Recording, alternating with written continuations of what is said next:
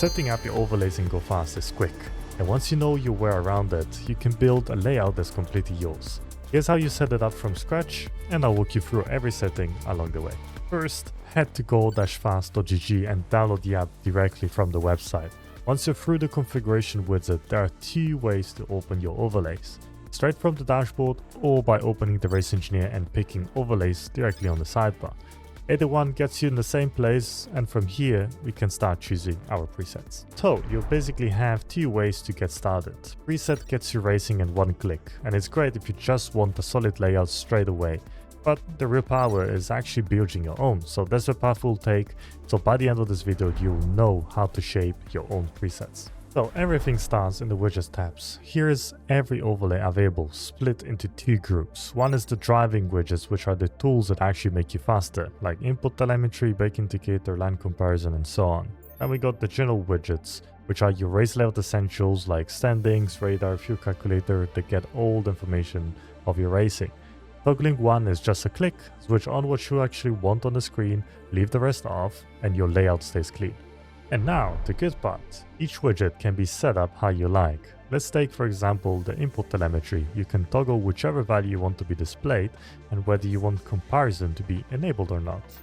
If you go in the generic side, you got the standings, which have a lot of data. You can choose what sits in each column and how many drivers to show, so as many other settings. So in general, you can adjust the widgets the way you like, and after that, they're exactly how you want them. Once they're set up, hit preview overlays up top to see them live and drag each widget into place until the layout feels right for you.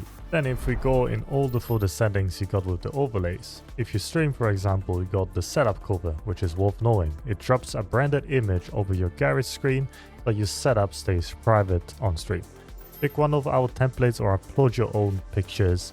Turn on the auto show so it appears the moment you enter the garage. This is compatible with iRacing and SEC, while with LMU you can press a button and then copy the cover link into OBS as a browser source and your setup stays yours.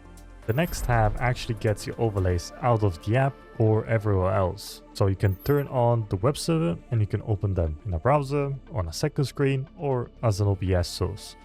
There is a VR mode as well, which allows you to view them inside your headset, and LAN access to put them on another device on your network, and each preset down here gives you a copy-ready link, either the whole layout as a one source or a separate link for each widget. Going into settings now, starting with general, you can pick which screen your overlays can live on, and hit identify if you're not sure which is which.